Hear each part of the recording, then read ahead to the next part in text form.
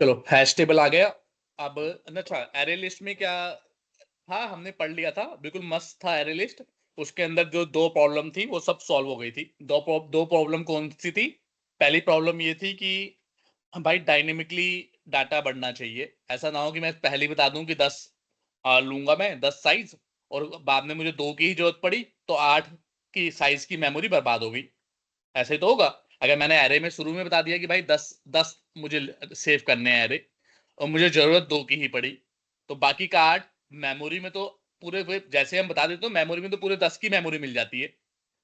अगर मैं, ये बात ध्यान से समझना, अगर मैं एरे जैसे इंटीजर एरे बनाता हूं,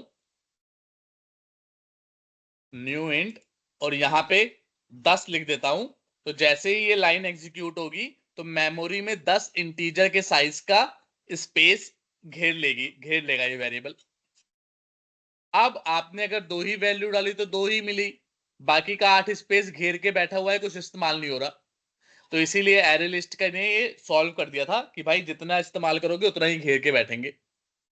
और दूसरी क्या थी कि एरे में आपको स्पेसिफिक वैल्यू डालनी पड़ती थी कि भाई इंटीजर का है तो इंटीजर डालोगे, स्ट्रिंग का है तो स्ट्रिंग डालोगे, ऑब्जेक्ट होता था तो उसमें कुछ भी डाल सकते थे।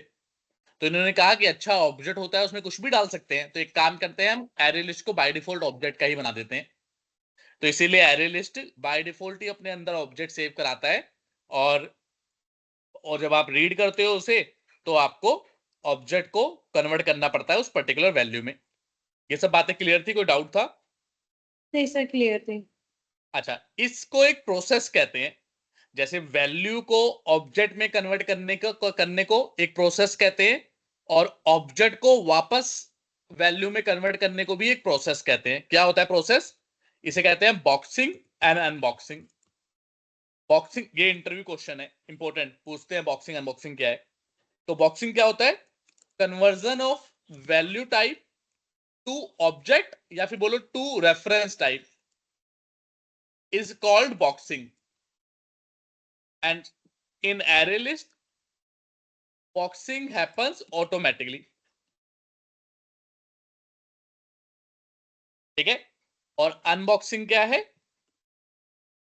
Conversion of reference type, object बोलो या reference type, to value type, is called unboxing. For collections we must perform unboxing before reading the value, reading any value. Clear हो गया ये प्रोसेस क्या है? बॉक्सिंग है कि जो भाई डॉट नेट अपने आप कर देता है, आप कोई सी भी वैल्यू डालोगे उसे ऑटोमेटिकली ऑब्जेक्ट में कन्वर्ट कर देगा। लेकिन जब रीड करते हो तो आपको अनबॉक्सिंग करनी होती है। क्लियर है? कोई डाउट है? क्लियर है। ठीक है, ये इंटरव्यू का क्वेश्चन है, याद रख, इसे अच्छे से रिवाइज कर लेना, रट लेना, याद कर लेना, समझ लेना। अब इसके बाद दूसरे कलेक्शन पे हम पहुंच पढ़ते हैं। उस कलेक्शन का नाम है हैश टेबल। अभी हर चीज को मार्केट में आता है तो कोई ना कोई रिक्वायरमेंट की वजह से आता है। तो एरे लिस्ट इतना बढ़िया मस्त काम कर रहा था, तो क्या दिक्कत आई कि भाई हैश टेबल लेके आए हम लोग।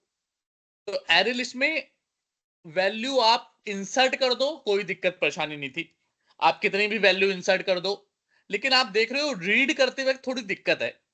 रीड करते वक्त कन्वर्ट करो, कन्वर्ट तो खैर हैश टेबल में भी करना पड़ेगा, लेकिन रीड करते वक्त देखो ये किस, मान लो यहाँ पे 100 वैल्यू स्टोर होती, और मैं कहता कि मुझे 25 25 नंबर, 25 नंबर, इस नंबर की वैल्यू ढूंढ के लानी है आपको। तो एरे लिस्ट कैसे काम करता है? 100 के 100 नंबर जो भी इसके अंदर स्टोर होंगे सबको एक लाइन से खड़ा कर दो। फॉर एग्जाम्पल, आप एक एक रूम में हो और 100 बच्चे हैं, और मैं कहता हूं कि मोहन नाम के बच्चे को आपको ढूंढ के लेके आना है। तो एरे लिस्ट कैसे काम करता है? सबको लाइन से खड़ा कर देता है, और एक एक से पूछेगा, पहले पहले वाले से पूछेगा तेरा नाम मोहन है, वो बोलेगा नहीं भाई मेरा नाम नहीं है। फिर दूसरे से पूछेगा तेरा नाम मोहन है, वो बोलेगा नहीं मेरे पास मेरा नाम नहीं है। फिर ऐसे तीसरे, चौथे, पांचवे, 10वें, 20वें, 50वें, जब तक मोहन नहीं मिलता सबसे, तब तक सबसे पूछता है कि भाई तेरा नाम मोहन है, बोलेगा हाँ हाँ मेरा नाम मोहन है, तो कहेगा अच्छा अच्छा आजा आजा आजा आजा। तो एरे लिस्ट इस तरह से काम करता है। तो ये थोड़ा सा इन एफिशिएंट वे है ना, कि मान लो मोहन सबसे पीछे खड़ा है, तब तो उसे शुरू से लेके एंड तक जाना पड़ेगा। अगर मोहन सबसे आगे है, सबसे पहले मिल गया मोहन, तब तो इजी है, तब तो कोई दिक्कत परेशानी नहीं है। लेकिन मोहन सबसे पीछे मिला तो बहुत देर तक ढूंढना पड़ेगा। बात सही है नहीं है? Yes sir. तो जैसे अगर आपकी बुक होती है, बुक में अगर मैं 20 चैप्टर हैं, सारे के सारे चैप्टर ऐसे ही लिख दूं, तो आपको बोलूं भाई पांचवा चैप्टर खोलो, तो कैसे खोलोगे आप? पहले चैप्टर जाओगे, दूसरे पे, तीसरे पे, चौथे पे, फिर पांचवे पे। लेकिन हमारी बुक्स में ऐसा होता नहीं है। बुक्स में क्या चीज होती है जिसकी हेल्प से हम सर्चिंग इजिली कर लेते हैं। अगर मैं आपको बोलूं 5th चैप्टर खोलना है, तो आप कैसे खोलोगे किसी भी बुक में? सर एक कोई इंडेक्स चीज, देख के उसकी। करेक्ट करेक्ट, हर बुक में एक इंडेक्स नाम की चीज होती है, जिसमें लिखा होता है कि भाई कौन सा चैप्टर कौन से पेज नंबर पे है। तो आप इंडेक्स देखोगे, अगर 50वें नंबर पे पेज है तो सीधा वहां पहुंचोगे, ना कि शुरू से जाओगे। बात सही है नहीं है? Yes sir. तो, तो इसका मतलब क्या हुआ? सर्चिंग, ढूंढने को फास्ट करने करने के प्रोसेस कहीं पे भी करेंगे तो इंडेक्सिंग नाम की चीज आती है। अब वो, ये इंडेक्सिंग वहीं से ली गई है, बुक वाले से ही, और ये हर टेक्नोलॉजी ने इस्तेमाल किया है, और हर ने इसका नाम इंडेक्सिंग ही दिया है। अगर सिंपल सा क्वेश्चन आए कि भाई कोई सर्च फास्ट करना है किसी भी कलेक्शन में, डाटाबेस में, या कहीं पे भी, तो कैसे फास्ट करोगे? तो आंसर क्या होगा? With the help of hash tables. Hash table नहीं, अभी तो बोला word, with the help of index. Indexing. Index, इसे इंडेक्सिंग मतलब प्रोसेस को इंडेक्सिंग कहते हैं। तो अगर कोई भी कहीं पे भी किसी भी टेक्नोलॉजी में, हैश टेबल हर टेक्नोलॉजी में नहीं है, हैश टेबल तो डॉटनेट में है, लेकिन अगर डाटाबेस की भी बात हो, जावा की भी बात हो, पाइथन की भी, या सी की भी बात हो, और अगर हमें हमें सर्चिंग फास्ट करनी है, तो हमें जरूरत पड़ती है इंडेक्सिंग की। बात क्लियर है नहीं है? क्लियर है। आंख बंद करके बता दोगे? कोई भी बंदा यस। पूछे कि फास्ट करना है सर्चिंग, तो क्या करना पड़ेगा? इंडेक्सिंग। इंडेक्सिंग करनी पड़ेगी। अच्छा, अब डॉटनेट ने कहा भाई इंडेक्सिंग तो कर देंगे, लेकिन एक कलेक्शन बनाते हैं जो इंडेक्सिंग पे की तरह ही काम करे। तो इन्होंने इस कलेक्शन का नाम दिया हैश टेबल। इसने क्या कहा कि भाई ऐसा मत करो कि तुम सिर्फ वैल्यू वैल्यू स्टोर करा रहे हो, आप डाटा स्टोर कैसे कराओ? की और वैल्यू के पेयर में। की और वैल्यू के पेयर में। तो की भी किसी भी टाइप की हो सकती है, वैल्यू भी। तो मान लो की इंटीजर टाइप की है, वैल्यू स्ट्रिंग टाइप की ले ली।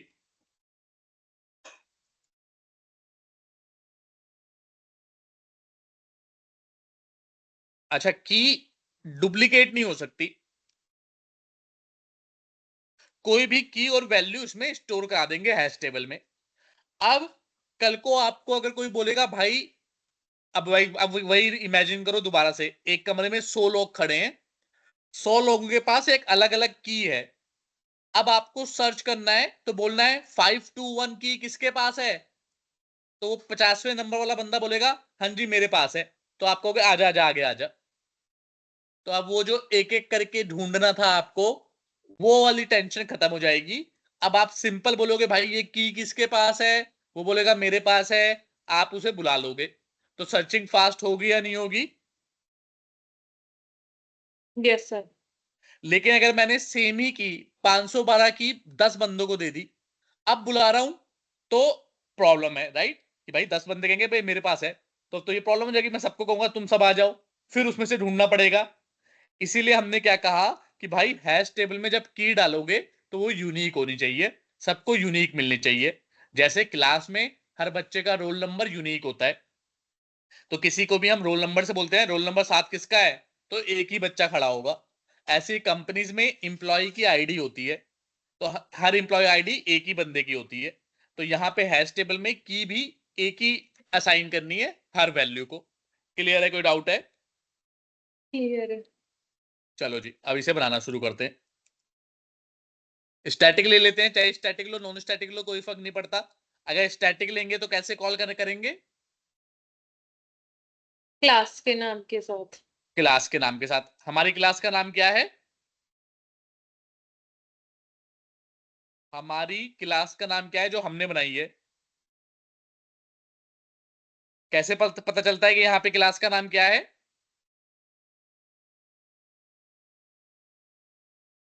बोलो, हाँ हूं, कुछ बोलो।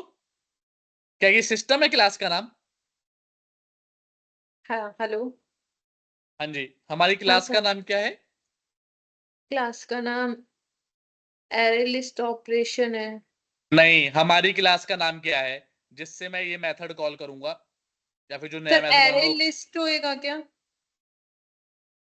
एरे लिस्ट क्यों होगा? एरे लिस्ट तो डॉटनेट की क्लास है। हमारी क्लास कहाँ है? जहाँ ये मेथड तो मेरी क्लास में बना है ना, डॉटनेट की क्लास में थोड़ी ना बनाया है। Collection example.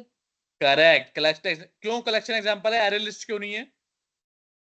सर वो डॉट नेट की थी। करेक्ट। मतलब और ये मेथड क्या डॉटनेट का मेथड है या हमने बनाया है मेथड? ये हमने बनाया है मेथड। हमारी क्लास के अंदर बनाया है, डॉटनेट की क्लास में जाके बनाया है?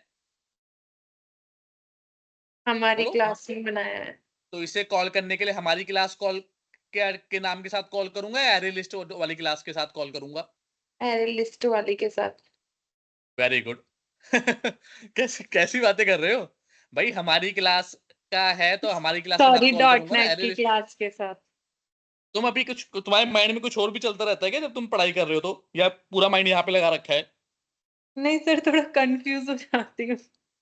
हाँ तो नहीं, अगर तभी कंफ्यूजन तभी होगी जब तुम्हारा माइंड में कुछ और भी सोच रहे हो कि यार कल क्या करना है, या फिर अभी घर पे क्या करना है, या पड़ोसी के यहाँ पे क्या हो रहा है, इस तरह का माइंड में रहेगा तो नहीं समझ नहीं में नहीं आएगा। सर ऐसा कुछ नहीं है। अगर पूरा कंसंट्रेशन यहाँ पे रहेगा तो गलत हो ही नहीं सकता। क्योंकि भाई इसमें कौन सी बड़ी बात है, हमारी क्लास का मेथड है तो हमारी क्लास के नाम के साथ कॉल होगा। एरे लिस्ट तो दूसरी की क्लास है। अगर आपको अपने घर से कोई चीज चाहिए तो अपने घर के बंदे से पूछोगे या दूसरे के घर के बंदे से?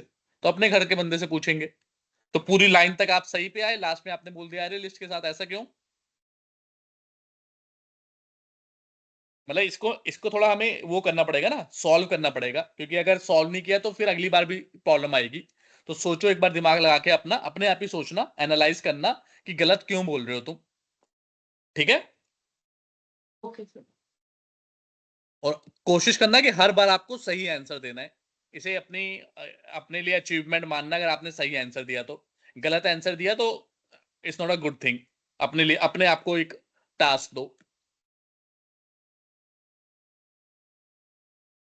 गलत होगा कोई बात नहीं, गलत हो तो, लेकिन ऐसे बिल्कुल बेसिक वाला गलत ना हो कि भाई क्लास के अंदर मेथड है तो हम अपनी क्लास के साथ कॉल नहीं करेंगे, दूसरे की क्लास ऐसी है, तो बहुत ही गलत बात हो गई ना। इसका मतलब आपने भी क्लास सही से नहीं समझी। तो ये वाली बात है। तो कोशिश करो कि सही आंसर दो। चलो जी, इसको भी हैश टेबल को भी वैसे ही बनाएंगे जैसे एरे लिस्ट को बनाया था। हैश टेबल नाम की क्लास यूज करेंगे।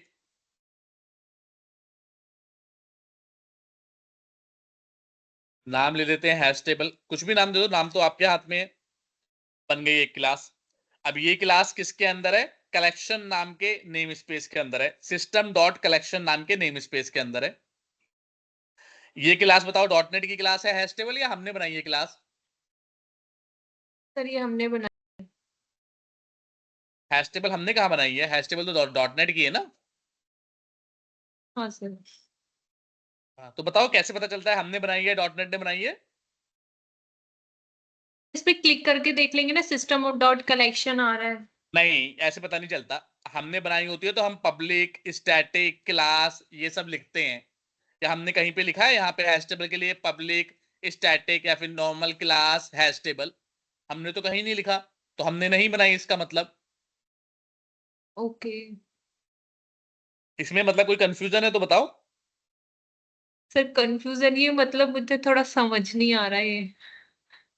अच्छा, तो इसमें क्या चीज समझ नहीं आ रही? पहले ये होना चाहिए ना कि जैसे पर्टिकुलर कोई चीज है वो समझ नहीं आ रही। सर जैसे हमने क्लास। ऊपर हमारी क्लास का नाम क्या डिफाइन किया, ठीक है। ठीक है।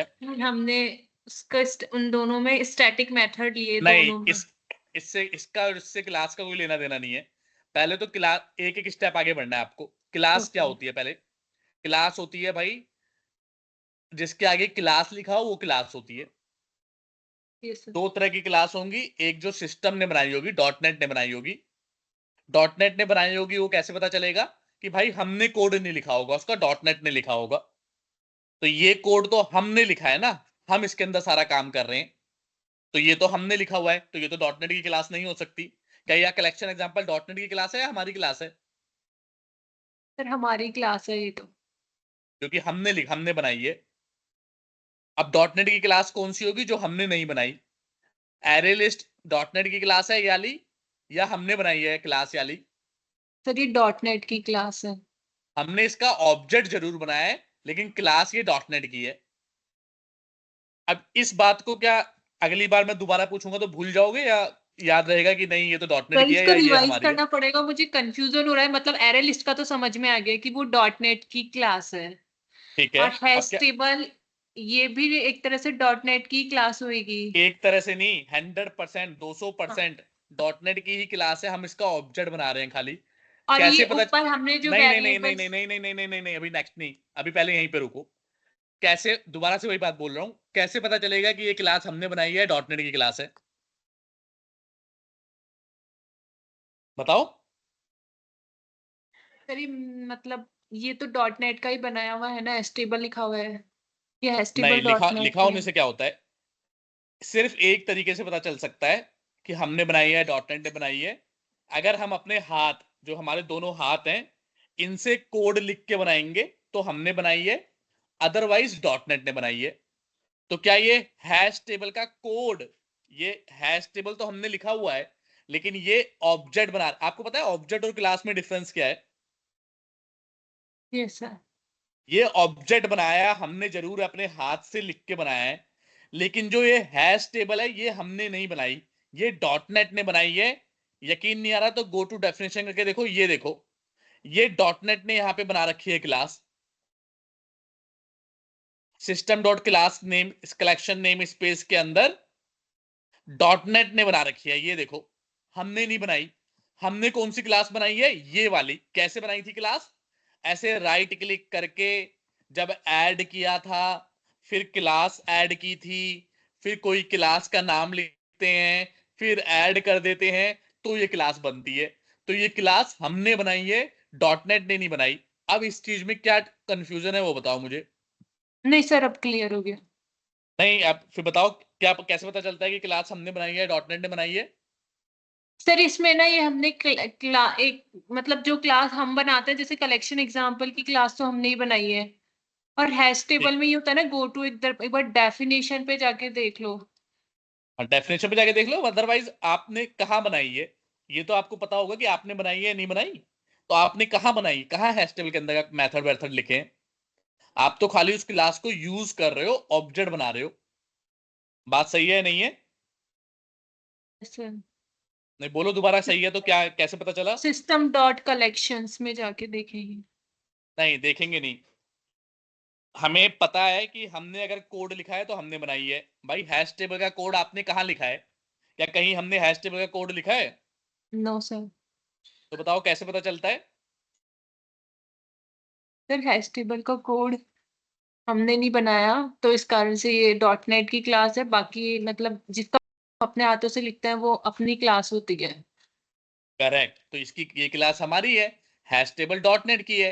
अभी मैं खूब सारी और क्लासें बनाऊंगा, वो डॉट नेट की होंगी, और जो अपने हाथ से बनाऊंगा राइट क्लिक करके क्लास, वो हमारी क्लास होगी। सिंपल सी बात है।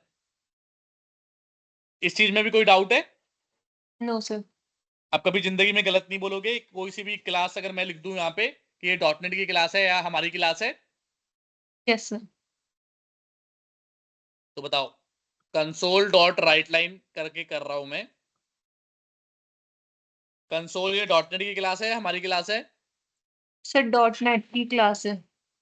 क्यों बोल रहे हो डॉट नेट की, हमारी क्यों नहीं बोल रहे? सर इसे हमने नहीं बनाई है, ये डॉट नेट ने ही बनाई है। करेक्ट, क्योंकि भाई हमने कहाँ कोड लिखा है? हमें तो अपने ऊपर विश्वास है ना कि हमने क्या कोड लिखा है, हमें पता है। हमने लिखा ही नहीं, ये तो डॉट नेट ने लिखा है, तो डॉट नेट ने बनाई है। ठीक है, अब मुझे उम्मीद है कि तुम अब कभी गलत नहीं दोगे इसका आंसर। रोहित सर भी पूछेंगे तो यही सही बताना कि भाई जो हमने बनाई है वो हमारी, जो किसी और ने बनाई है वो, जो डॉट नेट ने बनाई है वो, उसका कोड हमें नहीं लिखना, वो ऑलरेडी बनी यस बनाई है, डॉट नेट ने बना रखी है। यस चलो सर। जी। तो ये तो हो गया कि कैसे डिक्लेयर करेंगे। डॉटनेट की क्लास को हम इस्तेमाल कर रहे हैं खाली। हैश टेबल एक डॉटनेट की क्लास है, एरे लिस्ट एक डॉटनेट की क्लास थी, तो हमने डिक्लेयर कर दिया क्लास को। डिक्लेयर ऑब्जेक्ट बोल सकते हो आप, कि आपने एक ऑब्जेक्ट बना लिया इस क्लास का, ठीक है, चाहे डॉटनेट की क्लास हो या हमारी क्लास हो। अगर हमें उसका मेथड या उसकी प्रॉपर्टी को यूज करना है तो ऑब्जेक्ट बनाना पड़ेगा, और अगर स्टैटिक मेथड या स्टैटिक प्रॉपर्टी को यूज करना है तो क्लास के नाम के साथ यूज करना पड़ेगा। तो ये बताओ, स्टैटिक मेथड है या नॉन स्टैटिक मेथड है? सर ये ऑब्जेक्ट नहीं, ये जो मैंने सेलेक्ट कर रखा है ये पूरा हैश टेबल ऑपरेशन, ये मेथड का नाम है।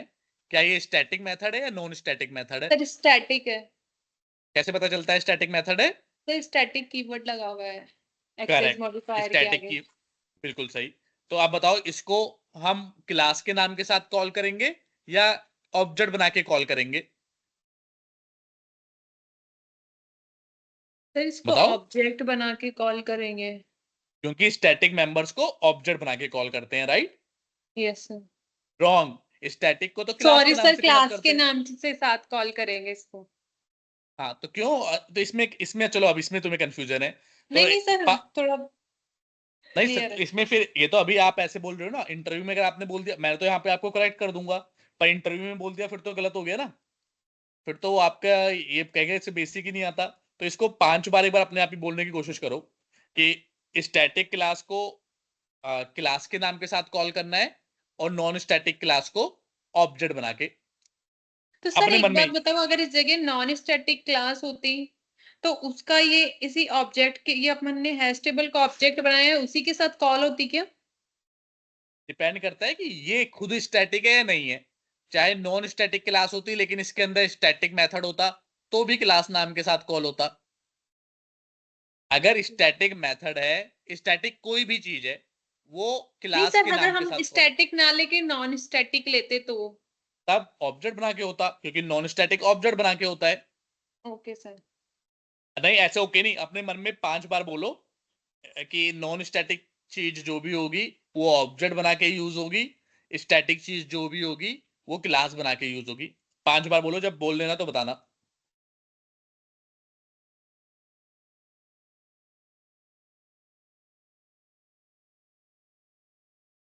सर हो गया। हो गया? पक्का? पक्का भी याद होगा ना, कभी गलत तो नहीं हाँ बोलोगे हाँ। कि नहीं भाई नहीं, स्टैटिक मेथड कैसे कॉल होंगे क्लास के नाम के साथ, और नॉन स्टैटिक? ऑब्जेक्ट के साथ। ठीक है, ऑब्जेक्ट के साथ इसलिए होते हैं, रीजन मैंने बता रखा है आपको, क्योंकि भाई जितनी बार ऑब्जेक्ट बनाओगे नॉन स्टैटिक को उतनी बार मेमोरी मिलती है, लेकिन स्टैटिक को सिर्फ एक बार मेमोरी मिलती है। इसीलिए ऑब्जेक्ट के साथ कॉल नहीं होते, क्योंकि एक ही बार मेमोरी मिलेगी तो क्लास के नाम के साथ होंगे, अगर बार बार मेमोरी मिलेगी तो ऑब्जेक्ट के साथ कॉल होंगे। क्लियर है? Yes sir. चलो जी, अब करते हैं यहाँ पे वैल्यू इंसर्ट करना शुरू करते हैं।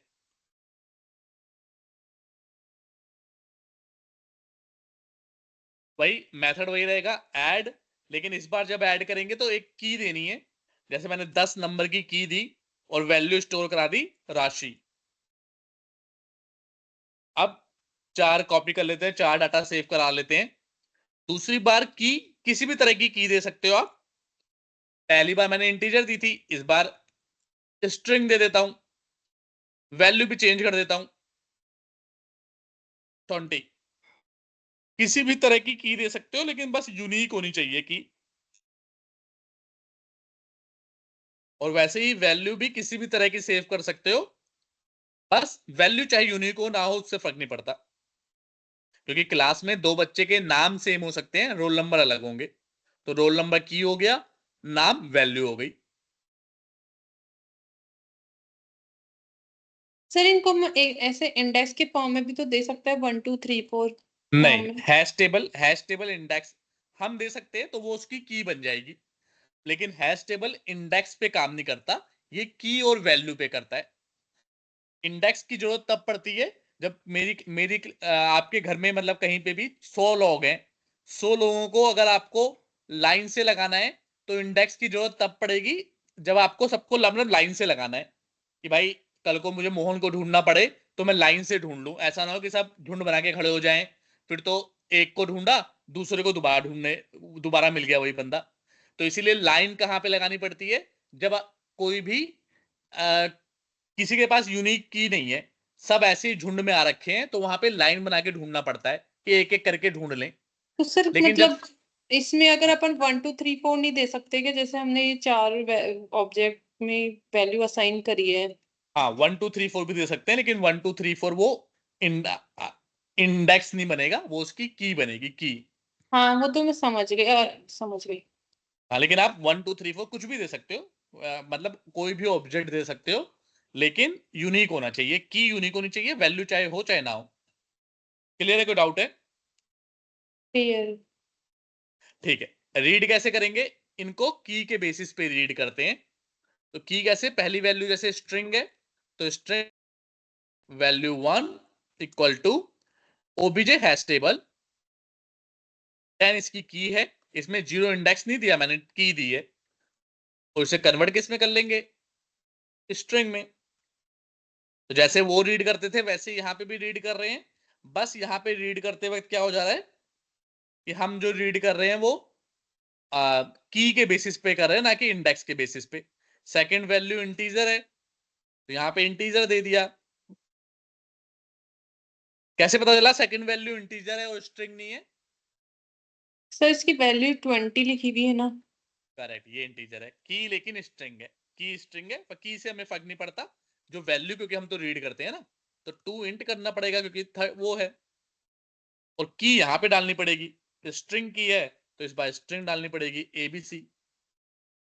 थर्ड वैल्यू है बुलियन, तो यहाँ पे बुलियन ले लिया, और यहाँ पे क्या वैल्यू डालेंगे? 30। कन्वर्ट किस में करेंगे? बुलियन में। फोर्थ वैल्यू क्या है? डेट टाइम है, यहाँ पे किस में कन्वर्ट करेंगे? भाई डेट टाइम में, जब डेट टाइम है तो। और वैल्यू क्या आएगी, की क्या आएगी? 40। तो इस तरह से वैल्यू रीड करते हैं। कोई दिक्कत या परेशानी इसमें रीड करने में? नो अभी सर। डिबग करके भी देखेंगे, लेकिन इस तरह से करते हैं। यहाँ पे भी हमें क्या करनी पड़ी अपने आप? क्या करना पड़ा हमें अपने आप? वैल्यू कन्वर्ट करनी पड़ी है। हाँ, इसको क्या बोलते हैं? अनबॉक्सिंग। अनबॉक्सिंग। लेकिन बॉक्सिंग अपने आप हो गई, ये देखो अपने आप ही ये ऑब्जेक्ट में कन्वर्ट हो गया 10, और राशि ये सब अपने आप हो जाएगा। तो कोई पूछेगा हैश टेबल में, तो वहां पे भी बॉक्सिंग अपने आप हो जाती है, डॉटनेट अपने आप कर लेता है, लेकिन अनबॉक्सिंग हमें करनी पड़ती है। क्लियर है, कोई डाउट? क्लियर है। रीड किया है तो भाई अपडेट भी करनी पड़ेगी वैल्यू, तो कहीं पे अपडेट करनी हो वैल्यू तो कैसे करनी है? बहुत सिंपल है, वही जैसे वहां पे करते थे। वहां पे इंडेक्स देते थे, यहाँ पे आप की दे दो कि भाई एबीसी के नंबर पे आप 50 कर दे। तो पहले अगर जहां पे एबीसी की वैल्यू 20 थी, अब 50 हो जाएगी। क्लियर है, कोई तो डाउट? सर इसमें भी उसके जैसे, मतलब जैसे अभी इसमें 0 1 2 3 वैल्यू, तो 3 की 4 हो जाएगी, और लेस करेंगे तो वही कम हो जाएगी एरे लिस्ट के जैसे। नहीं, मैंने बताया यहाँ पे तो इंडेक्स है ही नहीं, यहाँ पे तो इंडेक्स की बात ही नहीं हो रही, तो 0 1 2 3 कैसे आएगा? अच्छा सॉरी। यहाँ पे तो की है, ये तो की है सबके पास अलग अलग, तो यहाँ पे वो बीच में इंसर्ट इंसर्ट वाला सीन नहीं है मतलब यहाँ इसमें पे। लेस और प्लस और माइनस वाला सीन नहीं है कि बढ़ेगी या फिर कम होएगी। जैसे इसमें करेक्ट, अपन नई वैल्यू ऐड करते थे तो बढ़ जाती थी, रिमूव करते थे तो वो कम हो जाता था। करेक्ट, वहां पे इंडेक्स ऊपर नीचे हो जाता था, यहाँ पे इंडेक्स की बात ही नहीं हो रही, क्योंकि हमारे पास तो इंडेक्स है ही नहीं, सबके पास अपनी अपनी की है। तो ये डाटा जरूरी नहीं है कि लाइन से लगा रहेगा, सबके पास अपनी अपनी की है, जिसकी की बोलोगे वो डाटा वैल्यू आ जाएगी।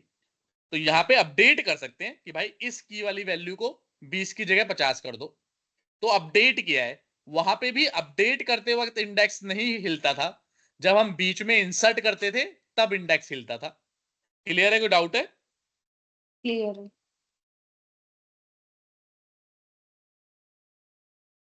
तो ये देखो यहाँ पे INSERT इंसर्ट करके कोई मेथड है ही नहीं, तो मतलब क्योंकि इंडेक्स ही नहीं है तो भाई कहाँ पे घुसेड़ोगे? आप बोल दोगे सेकंड नंबर पे घुसेड़ दो, लेकिन कहेगा भाई मेरे पास तो की है, सब कोई भी कहीं पे भी बैठा हुआ है, मुझे नहीं पता कि लाइन से नहीं बैठे हुए, हमने भला हालांकि लाइन से डाला हुआ है, लेकिन ये लाइन से नहीं बैठे हुए, ये कहीं कोई भी कहीं पे भी बैठा हुआ है। तो कह रहा है कहाँ पे लगा दूं बीच में, जब कोई इंडेक्स है ही नहीं, तो इसलिए इंसर्ट नाम का मेथड है ही नहीं। क्लियर है, कोई डाउट है? क्लियर है। लेकिन डिलीट कर सकते हैं भाई, तो रिमूव लिख दो, जोन सी वैल्यू अगर कोई डिलीट करनी है तो रिमूव मेथड मिलेगा, ट्रू नाम की वैल्यू को यहाँ पे डिलीट हो जाएगी। उसी तरह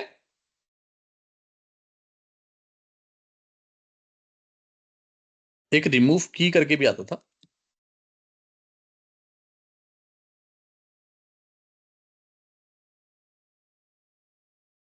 ओ, तो ये रिमूव वैल्यू पे नहीं हो रहा, इसका मेथड अगर हम चेक करें तो रिमूव किस पे है, की पे हो रहा है, तो आपको वैल्यू नहीं देनी। तो अगर मैं ट्रू दूंगा तो ये एरर मतलब कुछ डिलीट नहीं होगा, तो मुझे 30 नंबर देना है, अब डिलीट होगा, तो की देनी है यहाँ पे। एक रिमूव की करके रिमूव, अच्छा रिमूव में की तो हो ही गया, तो की से ही रिमूव होगा। ठीक है, रिमूव का एक ही मेथड है कि जो की दोगे आप वो की को रिमूव कर देगा, और क्लियर करोगे तो सब क्लियर हो जाएगा।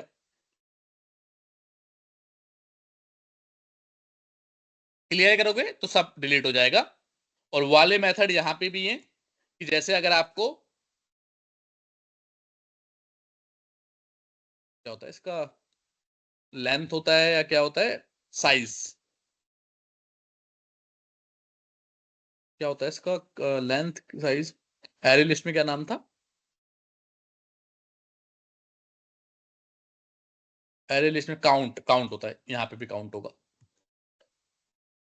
तो अगर आपको काउंट पता करना होगा कि भाई कितने डाटा पड़ा हुआ है मेरे उसमें, तो वो आप काउंट नाम की प्रॉपर्टी से कर सकते हो।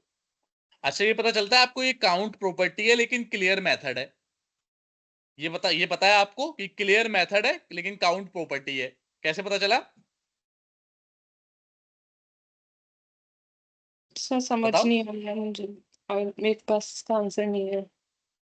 मेथड कैसे लिखते हैं, मेथड अपना bracket bracket open open and close करते हैं। क्लोज। तो हाँ, यहाँ पे ब्रैकेट ओपन और क्लोज है तो इसलिए मेथड है, यहाँ पे कोई ब्रैकेट ओपन क्लोज है ही सेमी नहीं, तो कॉलन है। इसका मतलब ये प्रॉपर्टी है, प्रॉपर्टी में ब्रैकेट ओपन क्लोज नहीं करते। ओके। क्लियर है, तो यस चलो क्लियर है तो बताओ, रिमूव मेथड है या प्रॉपर्टी है। सर, ये प्रॉपर्टी है। तुम जानबूझ के गलत बोलते हो ना। नो सर, सर अब सॉरी, यहाँ पे तो मेथड है। ये तो मुझे सामने ही दिख रहा है कि सर ब्रैकेट ओपन मेथड है। क्लोज है, लेकिन फिर प्रॉपर्टी नहीं, नहीं पहले ये बताओ कि प्रॉपर्टी क्यों बोला। सर एक्चुअली मैंने इस पे ब्रैकेट पे मेरी नजर नहीं गई, डायरेक्ट रिमूव से मैंने सेमी कॉलन देख लिया, मतलब 30 पे ध्यान ही नहीं गया मेरा। अच्छा, ध्यान नहीं गया, अब तुमने देखा ही नहीं। नहीं नहीं सर, ध्यान नहीं गया मेरा। ठीक है, लेकिन पूरा अच्छे से देख के फिर आंसर दिया करो। और आंसर वही कह रहा हूँ कि आंसर को गलत देने की आदत को छोड़ो कि गलत देना ही नहीं है। अभी मैंने बताया कि ब्रैकेट खुलेगा तो भाई मेथड, नहीं खुला तो प्रॉपर्टी। चलो कोई नहीं, ऐड मेथड है या प्रॉपर्टी है,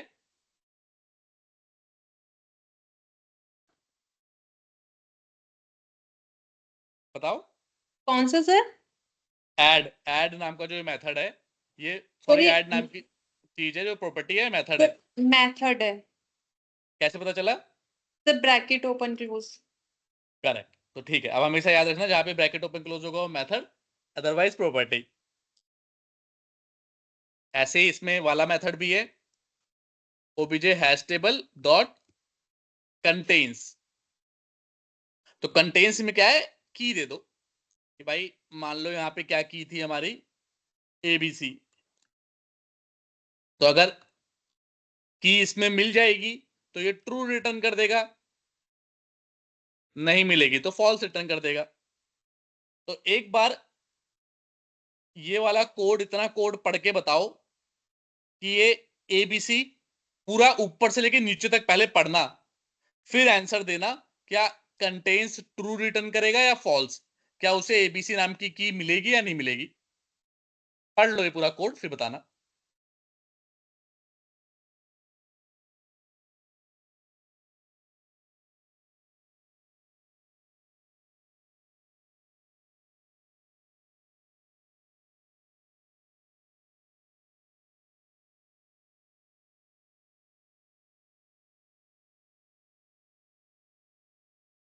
ऊपर भी पढ़ लो, बताओ, पढ़ लिया। सर एक मिनट। अगर तुम्हें ये छोटा लगता हो स्क्रीन वगैरह तो बता दे करो, मैं साइज बड़ा कर दूंगा यहाँ का।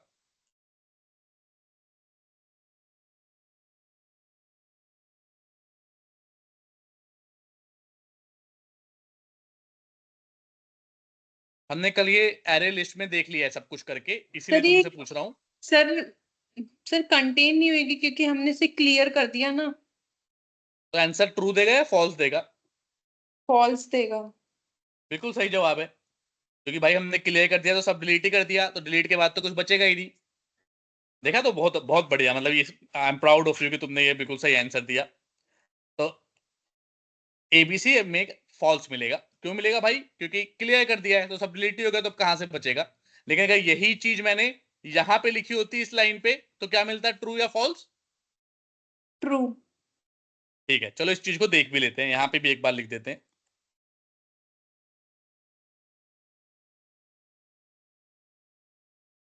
हैस्की 1 नाम दे देते हैं इसका, क्योंकि सेम नाम से दो नहीं हो सकते।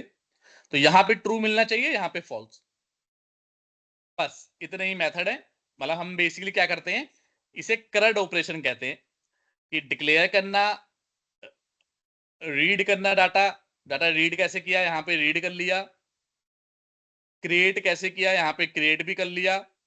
अपडेट कैसे किया, यहाँ पे अपडेट भी कर लिया। और डिलीट भी कर दिया हमने। क्लियर है? कोई डाउट है?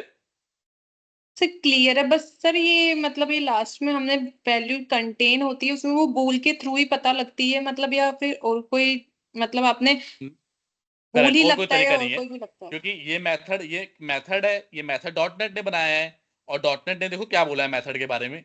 कहा है whether the hash table contains a specific की और नॉट।